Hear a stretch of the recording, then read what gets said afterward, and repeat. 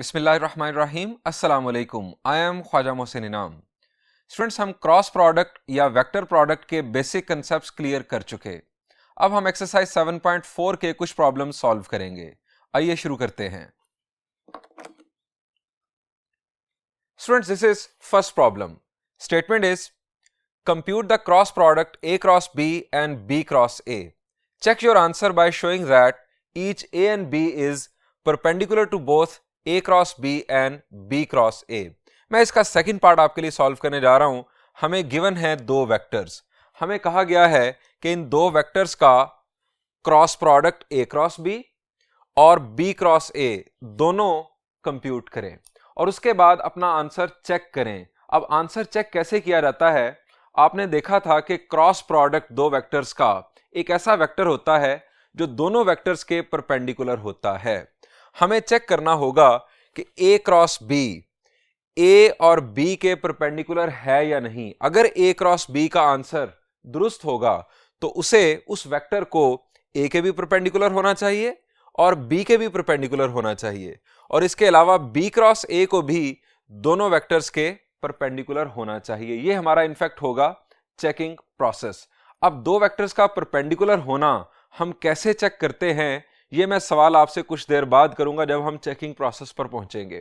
पहले तो यह बात करते हैं कि क्रॉस प्रोडक्ट मालूम करने का फॉर्मूला क्या है। जी, एक तो था एनालिटिकल एक्सप्रेशन जो थोड़ा सा कंफ्यूजिंग था, याद रखना थोड़ा सा मुश्किल था, और एक उस एक्सप्रेशन को हमने डिटर्मिनेंट में कन्वर्ट कर लिया था। वो एक्चुअल डिटर्मिनेंट तो नहीं है, वो इनफैक्ट इस फार्मूला को, जो एनालिटिकल एक्सप्रेशन है उस फार्मूला का, उसको याद रखने का एक मेथड है। उसे determinant formula for cross product कहा जाता है। हम उस डिटर्मिनेंट फार्मूला को यूज करेंगे A क्रॉस B मालूम करने के लिए। तो पहले A क्रॉस B मालूम करते हैं। हम यहां लिखेंगे यूजिंग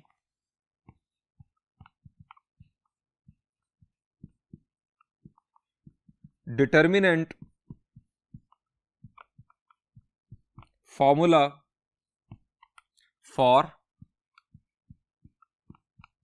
क्रॉस प्रोडक्ट।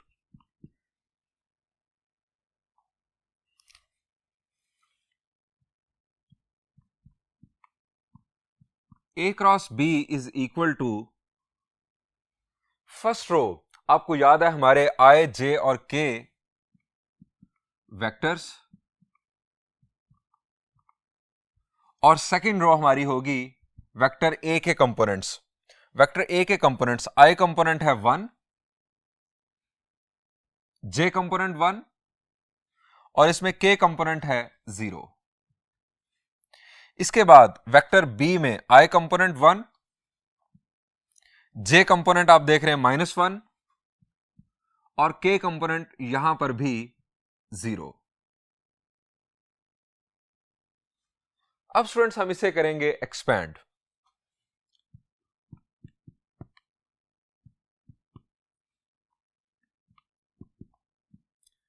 इसकी रो और इसका कॉलम छोड़ दिया।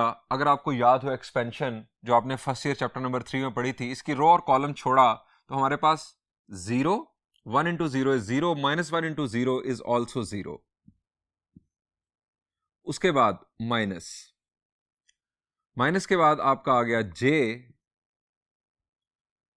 J की रो और कॉलम छोड़ दिया। 1 इंटू 0 इज 0 और 1 इंटू 0 इज 0। उसके बाद प्लस K,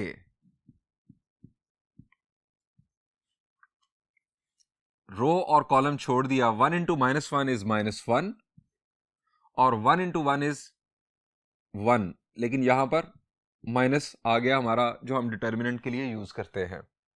अब इसको सिंप्लीफाई करते हैं।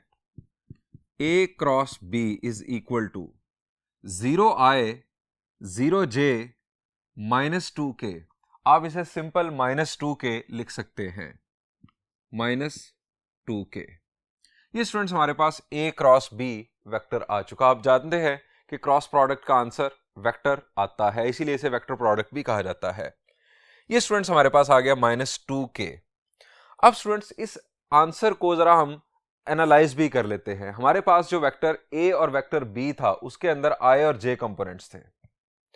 इन दोनों का क्रॉस प्रोडक्ट एक ऐसा वेक्टर होगा कि जो इन दोनों के परपेंडिकुलर होगा। अब अगर दो वेक्टर्स के अंदर सिर्फ और सिर्फ i और j कंपोनेंट्स हैं या x और y कंपोनेंट्स हैं, तो इन दोनों के परपेंडिकुलर x और y के परपेंडिकुलर कौन सा यानी एक्सिस होता है, x और y के परपेंडिकुलर कौन सा एक्सिस होता है? The answer is z axis. अगर ये हमारे पास है x एक्सिस, ये है y एक्सिस, दोनों आपस में परपेंडिकुलर, तो इन दोनों के परपेंडिकुलर हमारे पास होता है z एक्सिस। ये z पॉजिटिव और नीचे की तरफ अगर हम जाएंगे तो z नेगेटिव। अब क्रॉस प्रोडक्ट वाज़ेह तौर पर शो कर रहा है कि हमारे पास जो वेक्टर की डायरेक्शन है वो z एक्सिस के अलोंग है। ये स्टूडेंट्स आ गया a क्रॉस b। अब हमें b क्रॉस a मालूम करना है। b क्रॉस a मालूम करने के हमारे पास हैं दो रास्ते। एक तो ये है कि हम दोबारा डिटर्मिनेंट फार्मूला यूज करें, b क्रॉस a यहां पर हम लिखेंगे और पहले हम b वेक्टर लिख लेंगे यानी 1 -1 और 0, और बाद में लिख लेंगे a वेक्टर 1 1 और 0, और एक्सपेंशन करेंगे, हमारे पास b क्रॉस a आ जाएगा। दूसरा रास्ता हमने जो डिस्कस किया कि जो कम्यूटेटिविटी है क्रॉस प्रोडक्ट में वो होल्ड नहीं करती इन जनरल, तो हम वो कंसेप्ट भी यहां पर यूज कर सकते हैं। हम यहां लिखेंगे as b cross a is equal to negative of a cross b। हमारे पास a क्रॉस b आ चुका, b cross a will be equal to negative of a cross b, यानी ये बन जाएगा 2k। एक हमारे पास ये आंसर आ चुका और ये आ चुका हमारे पास दूसरा आंसर। अब स्टूडेंट्स हमें चेकिंग प्रोसेस करना है, जो कि हमें कहा गया था check your answer by showing that each a and b is perpendicular to both a cross b and b cross a। हमें चेक करना है कि a और b दोनों वेक्टर्स a क्रॉस b और b क्रॉस a के perpendicular होंगे। कैसे करेंगे ये चेक? जी, दो वेक्टर्स जो परपेंडिकुलर हों उनमें क्या खास बात पाई जाती है? जी, उन दोनों का डॉट प्रोडक्ट 0 होता है। अगर दो वेक्टर्स का डॉट प्रोडक्ट 0 हो तो वो वेक्टर्स आपस में परपेंडिकुलर होते हैं। अब चेकिंग प्रोसेस में हम क्या करेंगे, हम a क्रॉस b का डॉट प्रोडक्ट मालूम करेंगे a के साथ भी और b के साथ भी, और ये दोनों डॉट प्रोडक्ट्स 0 आने चाहिए। इसी तरह हम b क्रॉस a के साथ a और b का डॉट प्रोडक्ट मालूम करेंगे। हम यहां हेडिंग देंगे checking.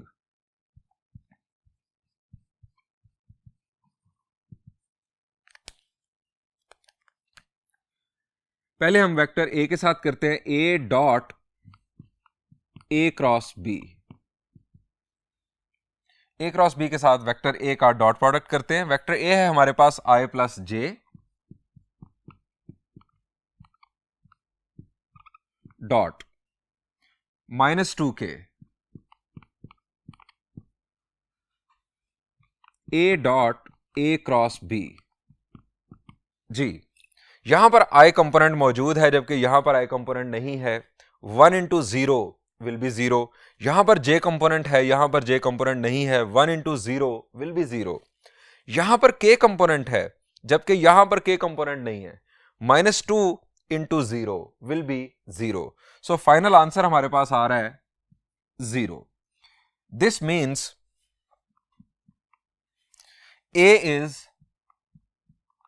perpendicular to a cross b। साबित हो गया कि जो वेक्टर a है वो a क्रॉस b के परपेंडिकुलर है, या a क्रॉस b a के परपेंडिकुलर है। आप दोनों बातें कह सकते हैं।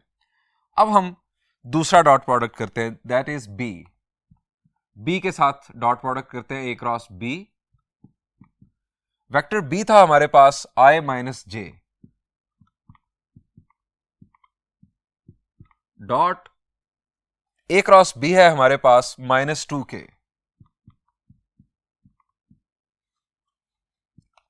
b dot a cross b is equal to, again 1 into 0 is 0, -1 into 0 is 0, और यहां पर -2 into 0 is 0। This shows vector b is perpendicular to a cross b। अब b क्रॉस a के साथ यही चेकिंग प्रोसेस स्टार्ट होगा। a dot b cross a, ये बहुत ही आसान प्रोसीजर है। इनफैक्ट ये आपको करके दिखा रहा हूं। आप बेसिकली आपको इसलिए करके दिखा रहा हूं ताकि आपको पैटर्न पता चल जाए कि आपने इस तरह से प्रॉब्लम्स को सॉल्व करना है। a dot b cross a, अब वेक्टर ए था हमारे पास i plus J dot b cross a हमारे पास वैल्यू है 2k। 1 into 0 is 0, 1 into 0 is 0 और 2 into 0 is 0। a dot b cross a, तो a, this implies a is perpendicular to b cross a। अब इसी तरह से वेक्टर b के साथ डॉट प्रोडक्ट करते हैं। b dot b cross a, vector b था स्टूडेंट्स हमारे पास i minus J dot vector b cross a हमने मालूम किया था 2k। बिल्कुल उसी पैटर्न पर जिस तरह हमने पहले डॉट प्रोडक्ट्स परफॉर्म किए, ये डॉट प्रोडक्ट भी 0 आ रहा है। This implies vector b is perpendicular to b cross a। Students यहां पर इस प्रॉब्लम का सॉल्यूशन एंड हुआ। हमने दो वेक्टर्स का क्रॉस प्रोडक्ट मालूम करना सीखा, a क्रॉस b, उसके बाद उसी की मदद से हमने b क्रॉस a मालूम कर लिया, और उसके बाद हमने ये चेकिंग प्रोसेस भी किया कि दो वेक्टर्स का क्रॉस प्रोडक्ट हमेशा दोनों वेक्टर्स के परपेंडिकुलर होता है। स्टूडेंट्स हमारा जो वेक्टर a था और वेक्टर b था, उसके अंदर सिर्फ और सिर्फ x और y कंपोनेंट्स थे। हमारा जो क्रॉस प्रोडक्ट आया उसके अंदर सिर्फ और सिर्फ z कंपोनेंट था। x और y के परपेंडिकुलर होता है z, आप जानते हैं। स्टूडेंट्स हम इसके सॉल्यूशन को जरा विजुअलाइज भी कर लेते हैं। ये स्टूडेंट्स हमारी 3D स्पेस। अब पहले हम 3D स्पेस में वेक्टर a देखेंगे और फिर हम देखेंगे वेक्टर b। ये हमारा आ गया वेक्टर a और ये आ गया हमारा वेक्टर b। स्टूडेंट्स अब इन दोनों वेक्टर्स का cross product a cross b, ये है आपके पास वेक्टर, और a क्रॉस b का नेगेटिव वेक्टर है b क्रॉस a। इसकी डायरेक्शन अपोजिट होगी, 180 डिग्रीज उसका एंगल बन रहा होगा a क्रॉस b के साथ। ये आ गया दूसरा वेक्टर यानी b क्रॉस a। स्टूडेंट्स इस तरह से आप बड़ी अपना कंसेप्ट क्लियर कर सकते हैं कि क्रॉस प्रोडक्ट का बिहेवियर ग्राफिकली क्या होता है। स्टूडेंट्स बढ़ते हैं हम इसी टाइप के एक और प्रॉब्लम की जानिब।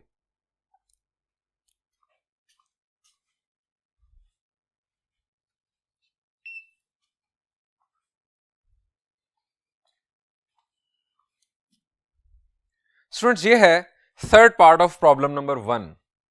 वेक्टर्स चेंज हो गए, अगेन हमें वही काम करना है, हमें a क्रॉस b और b क्रॉस a और देन चेकिंग प्रोसेस।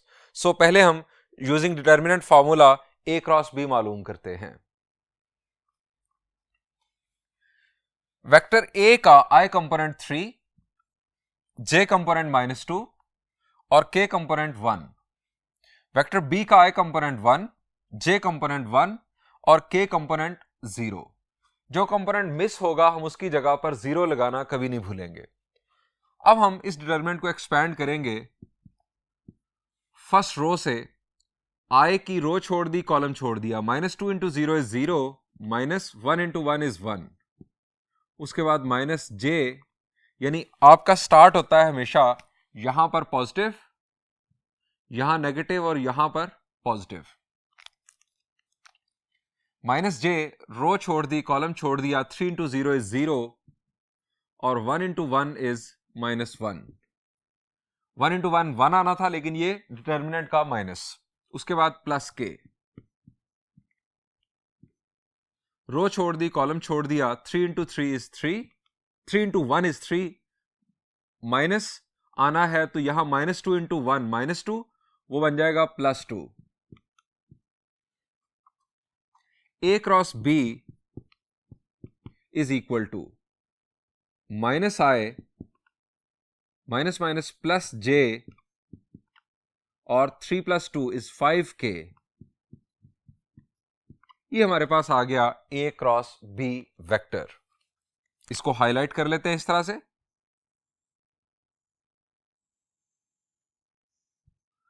अब b क्रॉस a के लिए हम लिखेंगे since b cross a is equal to negative of a cross b।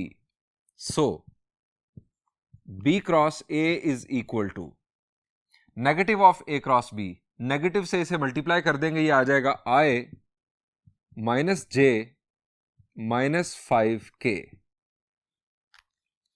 ये हमारा आ गया B क्रॉस A वेक्टर। अब हम करेंगे चेकिंग प्रोसेस।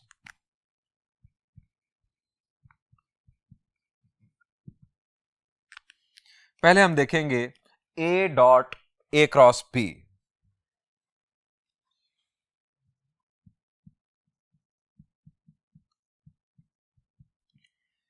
वेक्टर A था स्टूडेंट्स हमारे पास 3i minus 2j plus k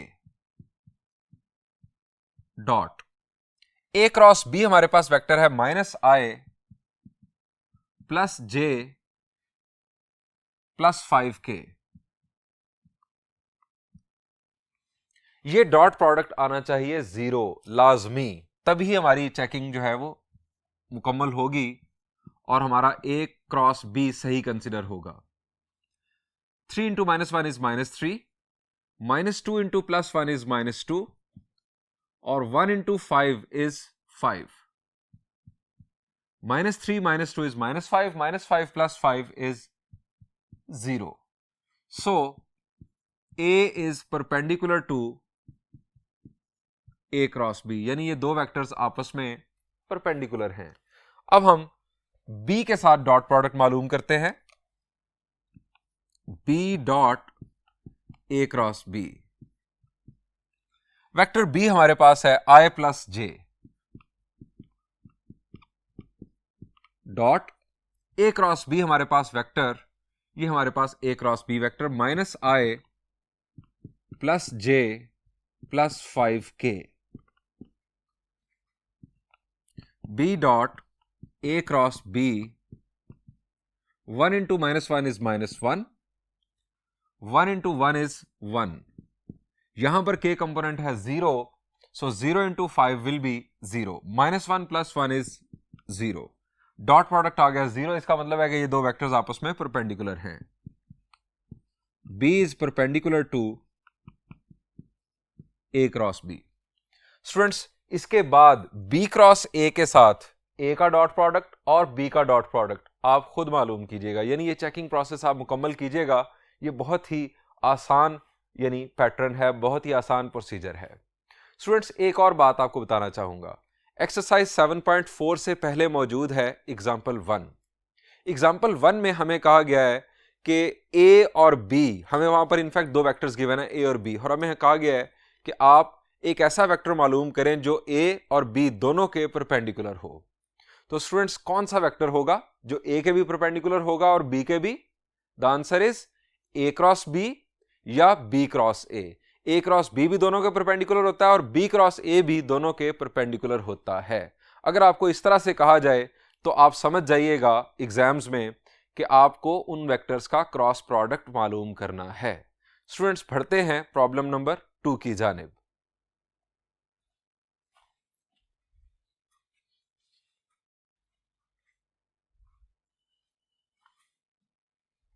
Students, this is second problem. Statement is, find a unit vector perpendicular to the plane containing A and B. Also find sine of the angle between them.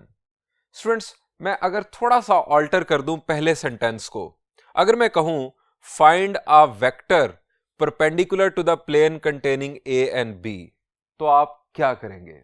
ये हमें दो vectors given हैं, हमें एक vector मालूम करना है जो A और B के प्लेन के परपेंडिकुलर हो, या आप ये भी कह सकते हैं कि A के भी परपेंडिकुलर हो और B के भी परपेंडिकुलर हो।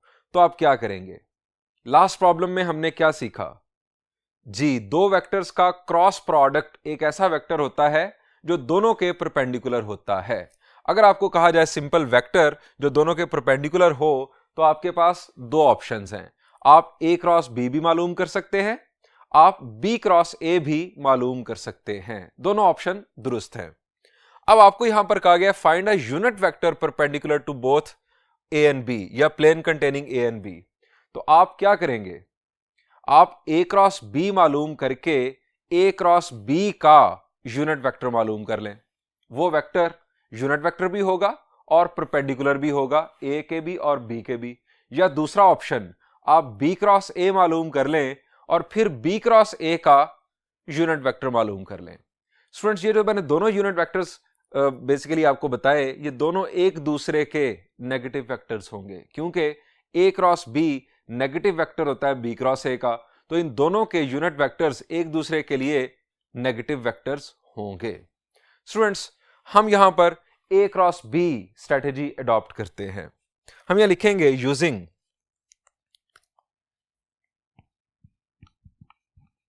यानी पहले हम ए क्रॉस बी मालूम करते हैं और फिर ए क्रॉस बी का यूनिट वेक्टर मालूम कर लेंगे।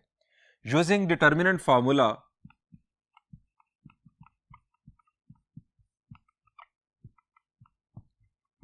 ऑफ क्रॉस प्रोडक्ट,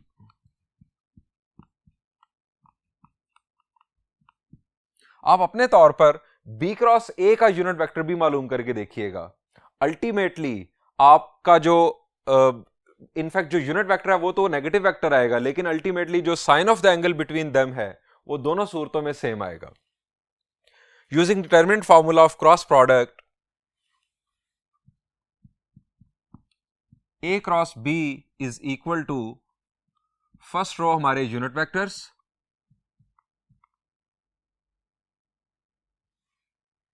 अब पहले हमने लिखा है ए, तो ए के कंपोनेंट्स -1, -1 और -1, बी के कंपोनेंट्स हैं 2, -3 और 4। ए क्रॉस बी एक्सपेंशन परफॉर्म करते हैं। -1 इंटू 4 इज -4। अब माइनस आपका आना है फॉर्मूला का, -3 इंटू -1 ये हो जाएगा 3, माइनस माइनस प्लस हो जाएगा, ये आ गया 3 -j। रो छोड़ दी, कॉलम छोड़ दिया, -1 इंटू 4 इज -4, माइनस माइनस हो जाएगा प्लस, 1 इंटू 2 इज 2, उसके बाद प्लस के,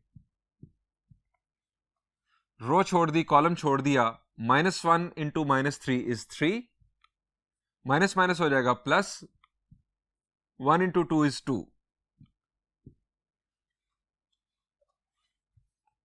ए cross B is equal to -4 -3 is -7, -7i, -4 -2 is -2, minus minus plus, ये आ गया 2j, 3 + 2 इज 5, 5k। स्टूडेंट, ये हमारे पास एक ऐसा वेक्टर आ गया जो ए और बी को कंटेन करने वाले प्लेन के परपेंडिकुलर है। हमें कहा गया फाइंड अ यूनिट वेक्टर, इसका मतलब है कि हमें इसी का यूनिट वेक्टर मालूम करना है। अब स्टूडेंट्स, किसी वेक्टर का यूनिट वेक्टर हम कैसे मालूम करते हैं? जी, हम उस वेक्टर को उसी के मैग्नीट्यूड से डिवाइड कर देते हैं, यानी हमें इस वेक्टर का मैग्नीट्यूड रिक्वायर्ड है। सो हम इसका मैग्नीट्यूड मालूम करते हैं, ए क्रॉस बी का मैग्नीट्यूड, -7 का स्क्वायर, 2 का स्क्वायर, 5 का स्क्वायर। ये हमारे पास 49 + 4 53, 53 + 25 इज 78। ए क्रॉस बी का मैग्नीट्यूड आ गया हमारे पास √78। अब हम लिखेंगे unit vector of A cross B.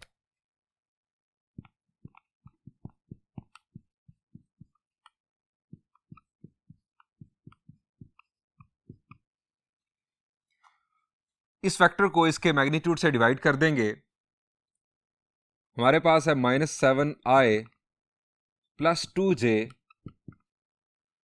+ 5k divided by √78। याद रखें हमेशा कॉम्प्लेक्स नंबर्स में भी और इस तरह से वेक्टर्स में भी कि आपको अलग अलग कंपोनेंट्स शो करने होते हैं। वहां पर रियल और इमेजिनरी पार्ट अलग अलग आपको लिखने चाहिए, कॉमन डिनोमिनेटर के साथ कभी नहीं लिखने। और यहां पर i, j और k कंपोनेंट्स को अलग अलग हमें लिखना होता है। सो हम इस आंसर को कंक्लूड करेंगे, unit vector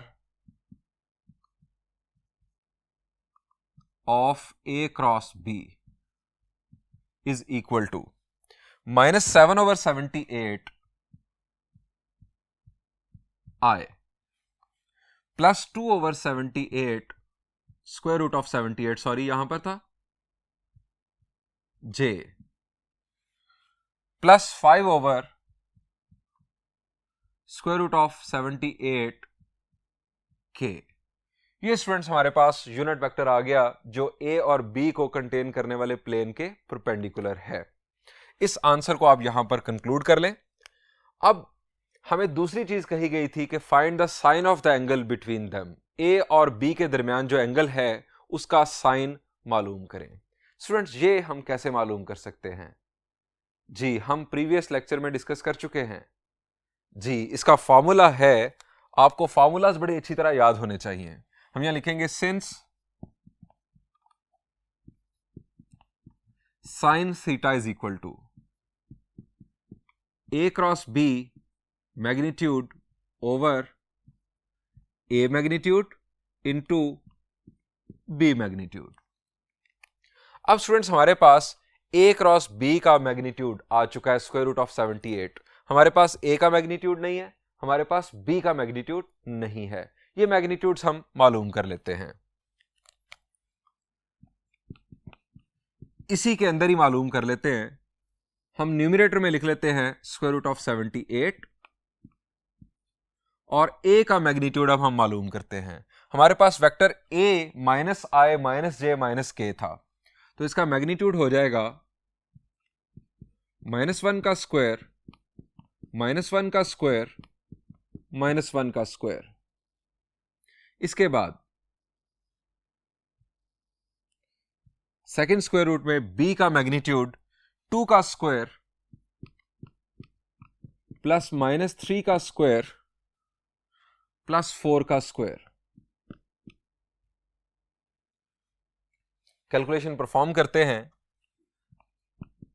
sign theta is equal to square root of 78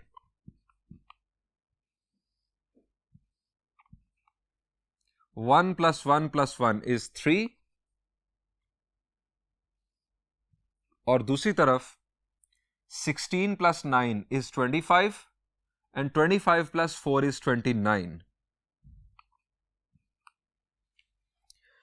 अब स्टूडेंट्स 78 के ऊपर भी स्क्वायर रूट, 3 के ऊपर भी स्क्वायर रूट, 78 डिवाइडेड बाय 3 हमारे पास होता है 26। सो कंक्लूजन फाइनल हमारा आएगा sine theta is equal to square root of 26 over 29। Students ये हमारा फाइनल आंसर। हम बढ़ते हैं इसी टाइप के एक और पार्ट की जानिब।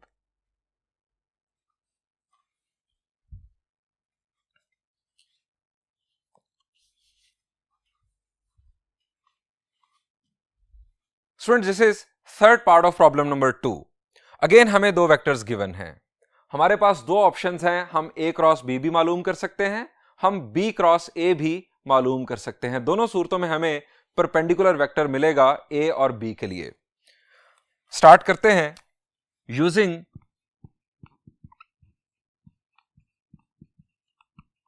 Determinant formula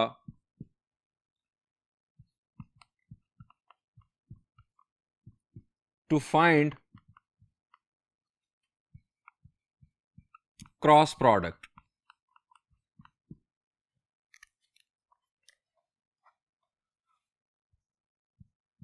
A cross B is equal to first row हमारे यूनिट वेक्टर्स, सेकेंड रो हमने पहले लिखा है vector A। So vector A के कंपोनेंट्स लिखेंगे 2 -2 और 4। उसके बाद वेक्टर बी के कंपोनेंट्स -1 1 और -2, -1 1 और -2। A cross B is equal to, first row से एक्सपैंड कर रहे हैं, रो छोड़ दी कॉलम छोड़ दिया, -2 इंटू -2 इज 4 माइनस फार्मूला का, 4 1s are 4 माइनस फार्मूला का। आप जानते हैं कि पहला पॉजिटिव फिर नेगेटिव फिर पॉजिटिव, रो छोड़ दी, कॉलम छोड़ दिया, 2 into -2 is -4, -1 into 4 is -4, minus आना था फॉर्मूला का, माइनस माइनस हो जाएगा प्लस, प्लस के, 2 1s are 2, माइनस माइनस हो जाएगा प्लस, माइनस फॉर्मूला का जिंदा रहेगा, 2 1s are 2, 0i 0j 0k, मतलब null vector A cross B is equal to null vector या जीरो वेक्टर या वॉइड वेक्टर, इसके 3 नाम हैं। स्टूडेंट्स, अगर दो वेक्टर्स का क्रॉस प्रोडक्ट नल वेक्टर आ जाए तो उन दो वेक्टर्स का आपस में क्या ताल्लुक होगा? जी हम पढ़ चुके हैं, वो दो वेक्टर्स आपस में पैरेलल होंगे। अब सवाल यह है कि वो पैरेलल इन सेम डायरेक्शन होंगे या पैरेलल इन अपोजिट डायरेक्शन होंगे। इसके लिए हमें देखने होंगे ये दोनों वेक्टर्स। स्टूडेंट्स, ये हैं दोनों वेक्टर्स। गौर करें, जरा डेफिनेशन रिकॉल कर लें पहले पैरेलल वेक्टर्स की। क्या डेफिनेशन थी? Two vectors are said to be parallel to each other if one is non zero scalar multiple of other. हमें देखना है कि क्या एक वेक्टर दूसरे का नॉन जीरो स्केलर मल्टीपल है, और डेफिनेटली होगा क्योंकि क्रॉस प्रोडक्ट नल वेक्टर आ चुका है। यहां गौर करें जी, इसमें से अगर आप -2 कॉमन लें तो वेक्टर बी हमें हासिल होगा। यह जरा रफ वर्क में करके देखते हैं। Vector A is equal to -2 में ले रहा हूं कॉमन, यहां पर आ जाएगा i प्लस j -2k। ये बन गया a is equal to -2 times b। a is non zero scalar multiple of b। आप -2 को दूसरी तरफ शिफ्ट करें तो ये बन जाएगा b is equal to -1/2 of a। b is non zero scalar multiple of a। Students, ये दो वेक्टर्स आपस में पैरेलल हैं, और चूंकि नॉन जीरो जो स्केलर है वो नेगेटिव है, सो ये पैरेलल इन अपोजिट डायरेक्शन हैं। अगर ये पॉजिटिव होता तो पैरेलल इन सेम डायरेक्शन होते। पैरेलल इन सेम डायरेक्शन हो तो दो वेक्टर्स के दरमियान बनने वाला एंगल 0 डिग्रीज कंसीडर होता है, और अगर पैरेलल इन अपोजिट डायरेक्शन हो तो दो वेक्टर्स के दरमियान बनने वाला एंगल 180 डिग्रीज कंसीडर होता है। दोनों सूरतों में साइन 0 और साइन 180 डिग्रीज, दोनों सूरतों में साइन की वैल्यू हमें 0 मिलती है। सो ये दूसरा आंसर तो हमें समझ आ रहा है, sine of the angle between them ये हमें 0 मिल रहा है चूंकि 180 डिग्रीज एंगल बन रहा है। अब आ जाएं पहले पार्ट पर। हमें कहा गया है कि हम एक यूनिट वेक्टर मालूम करें जो परपेंडिकुलर हो to the plane containing A and B. हमें क्या मिला है? हमें मिल गया है नल वेक्टर। अब नल वेक्टर की डायरेक्शन क्या होती है? Answer is arbitrary direction. अब नल वेक्टर के बारे में हम ये कहते हैं कि वो किसी भी वेक्टर के पैरेलल भी होता है और परपेंडिकुलर भी होता है। सो नल वेक्टर ए के भी परपेंडिकुलर होगा, बी के भी परपेंडिकुलर होगा, यानी plane containing A and B के परपेंडिकुलर होगा, हम कह सकते हैं। लेकिन नल वेक्टर की डायरेक्शन चूंकि आर्बिट्रेरी होती है, सो हम उसकी डायरेक्शन में यूनिट वेक्टर कैसे मालूम करेंगे? सवाल यह है, मेरा सवाल आपसे यह है कि क्या नल वेक्टर के अलावा कोई ऐसा वेक्टर पॉसिबल नहीं है जो ए और बी दोनों के परपेंडिकुलर हो? The answer is yes, it is possible. लेकिन इसके लिए हमें इस प्रॉब्लम को या इस जैसे जो पहले हमने प्रॉब्लम सॉल्व किए उन्हें विजुअलाइज करना होगा। तो आइए आपको एक चीज विजुअलाइज करवाता हूं ताकि आपका कंसेप्ट क्लियर हो सके। स्टूडेंट्स, ये हमारा XY प्लेन, XY प्लेन में इस वक्त आपको नजर आ रही है एक सिंगल डॉट। मेरा सवाल आपसे यह है कि इस सिंगल डॉट में से आप कितनी लाइंस पास कर सकते हैं? कितनी डिफरेंट लाइंस आप पास कर सकते हैं? The answer is infinite number of lines pass की जा सकती हैं। अब स्टोरी को थोड़ा सा चेंज करते हैं। ये आपके सामने है इस वक्त दो डिफरेंट जगहों पर डॉट्स। इन दो डॉट्स के अंदर से कितनी डिफरेंट लाइंस पास की जा सकती हैं जो इन दोनों डॉट्स को ज्वाइन कर रही हो? इन दोनों डॉट्स को ज्वाइन कर रही हो, ज़हन में रहे। The answer is only one line can be drawn. अब स्टोरी को याद रखिएगा, ये हमें आगे कंसेप्ट को समझने में काम आएगी। अगर सिंगल डॉट हो तो आप उसके अंदर से इनफाइनाइट लाइंस पास कर सकते हैं, लेकिन अगर दो डॉट्स हों डिफरेंट तो आप सिर्फ एक ही लाइन उन दोनों के अंदर से पास कर सकते हैं। स्टूडेंट्स, अब हम दो नॉन पैरेलल वेक्टर्स कंसीडर करते हैं। ये आपके सामने दो नॉन पैरेलल वेक्टर्स। मेरा सवाल यह है कि कितने प्लेन्स इन दो वेक्टर्स को कंटेन कर सकते हैं? कितने प्लेन्स इन दो वेक्टर्स को कंटेन कर सकते हैं आपके ख्याल से? The answer is only one plane. ये स्टूडेंट्स वो प्लेन आ गया कि जिसने ए और बी दोनों को कंटेन कर लिया। कोई और प्लेन हम यहां पर नहीं बना सकते जो इन दोनों को कंटेन कर सके।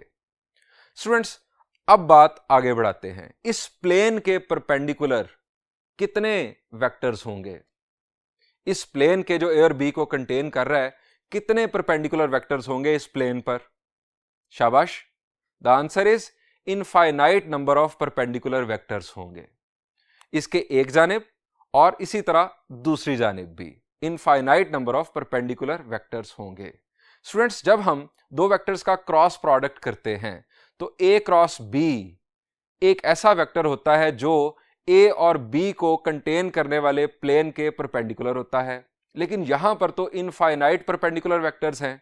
इसका मतलब है कि ए क्रॉस बी से हमें इन सारे वेक्टर्स में से सिर्फ एक वेक्टर मिलता है। यह बड़ी मजे की बात है, सिर्फ एक वेक्टर मिलता है। इसी तरह बी क्रॉस ए से भी हमें सिर्फ और सिर्फ एक ही परपेंडिकुलर वेक्टर मिलता है out of infinite perpendicular vectors. अब ए क्रॉस बी से हमें कौन सा परपेंडिकुलर वेक्टर मिलता है, यह डिपेंड करता है ए क्रॉस बी के मैग्नीट्यूड पर। चूंकि ये सारे परपेंडिकुलर वेक्टर्स हैं तो इनकी डायरेक्शन सेम है। चूंकि एक ही प्लेन के परपेंडिकुलर हैं, इन सब की डायरेक्शन सेम है, सिर्फ फर्क क्या है? मैग्नीट्यूड का। सो हमें ए क्रॉस बी से एक वेक्टर मिलता है जिसका मैग्नीट्यूड ए क्रॉस बी के मैग्नीट्यूड के बराबर होता है। और वो कैसे आता है? ए का मैग्नीट्यूड इंटू बी का magnitude into sine of theta. और इसी का नेगेटिव वेक्टर दूसरी तरफ हमें मिलता है बी क्रॉस ए करने से। स्टूडेंट्स, इसी तरह से आप अगर यूनिट वेक्टर्स की बात करें तो एन हैट आपका एक यूनिट वेक्टर होगा इस प्लेन पर और दूसरी तरफ माइनस एन हैट दूसरा यूनिट वेक्टर होगा। सो सिर्फ और सिर्फ दो यूनिट वेक्टर्स हैं जो इस प्लेन पर परपेंडिकुलर हैं, एक एन हैट और दूसरा माइनस एन हैट। स्टूडेंट्स, ये तो स्टोरी है नॉन पैरेलल वेक्टर्स की। अगर हम वेक्टर्स को पैरेलल कर दें तो वेक्टर्स हो जाते हैं कोलिनियर। इस तरह से भी अगर पैरेलल इन सेम डायरेक्शन हो और इस तरह से भी अगर पैरेलल इन अपोजिट डायरेक्शन हो, वेक्टर्स हो जाते हैं कोलिनियर। अब ये हमारे सामने एक सिंगल लाइन नजर आ रही है। जिस तरह वहां पर एक सिंगल पॉइंट था जिसमें से आप इनफाइनाइट लाइंस पास कर सकते हैं, यहां पर अब एक लाइन पर आ गए दोनों वेक्टर्स। अब ये लाइन कितने डिफरेंट प्लेन्स में हम कंटेन कर सकते हैं? आपके ख्याल से आप में से बहुत स्टूडेंट्स अभी भी एक के बारे में सोच रहे हैं। तो स्टूडेंट्स, अगर आपके पास एक लाइन हो तो आप उसे इनफाइनाइट नंबर ऑफ प्लेन्स में कंटेन कर सकते हैं। ये वेक्टर्स चूंकि कोलिनियर हैं सो इन्हें इनफाइनाइट प्लेन्स में कंटेन किया जा सकता है। ये मैंने बहुत सारे प्लेन्स में इसे आपके सामने कंटेन कर दिया, इन दोनों वेक्टर्स को। अब हर प्लेन के परपेंडिकुलर हमारे पास इनफाइनाइट वेक्टर्स मौजूद हैं, ये हम पहले पढ़ चुके। यहां पर प्लेन्स कितने हो गए? प्लेन्स इनफाइनाइट हो गए। अब प्लेन्स इनफाइनाइट हो गए तो हर प्लेन के परपेंडिकुलर दो यूनिट वेक्टर्स हैं, एक एन हैट और एक माइनस एन हैट। हर प्लेन के पास दो यूनिट वेक्टर्स हैं। इनफाइनाइट नंबर ऑफ प्लेन्स हैं तो infinite number of unit vectors बन जाएंगे। यहां पर स्टूडेंट्स याद रखें कि जब दो वेक्टर्स आपस में पैरेलल होते हैं तो ए क्रॉस बी या बी क्रॉस ए से हमें नॉन जीरो वेक्टर नहीं मिलता जो उन दोनों वेक्टर्स के परपेंडिकुलर हो। इसके लिए हमें यह कंसेप्ट क्लियर करने के लिए विजुअलाइजेशन करनी पड़ती है कि असल मामला क्या है। असल मामला यह है कि पैरेलल वेक्टर्स को infinite number of planes contain कर सकते हैं। हर प्लेन के परपेंडिकुलर दो यूनिट वेक्टर्स हैं, एक एन हैट और दूसरा माइनस एन हैट। सो हमें यहां पर कहा गया कि आप ए और बी को कंटेन करने वाले प्लेन के परपेंडिकुलर यूनिट वेक्टर मालूम करें एक। तो स्टूडेंट्स यहां मसला यह है कि चूंकि ए और बी आपस में पैरेलल हैं, सो इनफाइनाइट नंबर ऑफ प्लेन्स उन्हें कंटेन कर रहे हैं। हर प्लेन के पास दो यूनिट वेक्टर्स, तो इनफाइनाइट यूनिट वेक्टर्स यहां पर पॉसिबल हैं। सो हम कंक्लूड किस तरह से करेंगे इस सॉल्यूशन को, आइए अब इसको देखते हैं। स्टूडेंट्स हम यहां तक पहुंच चुके हैं कि ए क्रॉस बी हमारे पास आ चुका है नल वेक्टर। हम यहां पर लिखेंगे this implies A is parallel to B. A और बी पैरेलल है। अब हम यहां पर लिखेंगे parallel vectors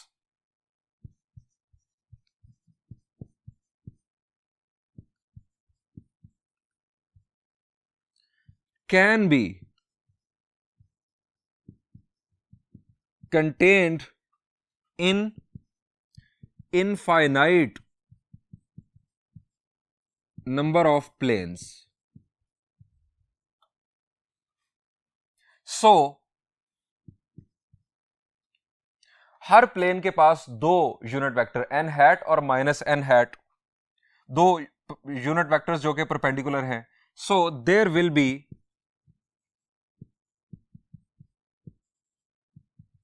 infinite number of unit vectors perpendicular to both A and B। ये तो स्टूडेंट्स हमारे पास पहले हिस्से का आंसर हो गया। दूसरे हिस्से का आंसर हम डिस्कस तो कर चुके हैं, लेकिन हमने उसे कंक्लूड नहीं किया आंसर की शक्ल में। अब उसे भी कंक्लूड कर देते हैं। मैं लिख रहा हूं vector A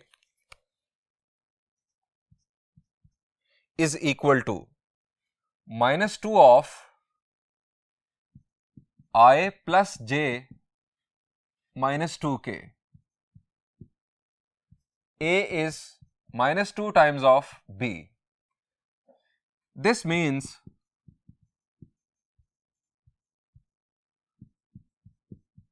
vectors are parallel in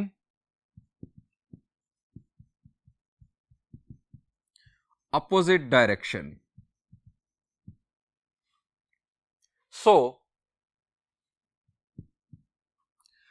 theta will be equal to 180 degrees। Theta 180 degrees होगा। Sine of 180 degrees, sine theta यानी sine of 180 degrees will be equal to 0। Sine theta is equal to 0। ये हमारा आ गया दूसरा answer. Students exercise से पहले मौजूद example number 1 और एग्जाम्पल नंबर 7 इस लेक्चर की बुनियाद पर आप खुद सॉल्व कीजिएगा। यहां पर इस लेक्चर को एंड करते हैं। इंशाल्लाह नेक्स्ट लेक्चर में हम कुछ मजीद प्रॉब्लम सॉल्व करेंगे। Thank you and Allah Hafiz.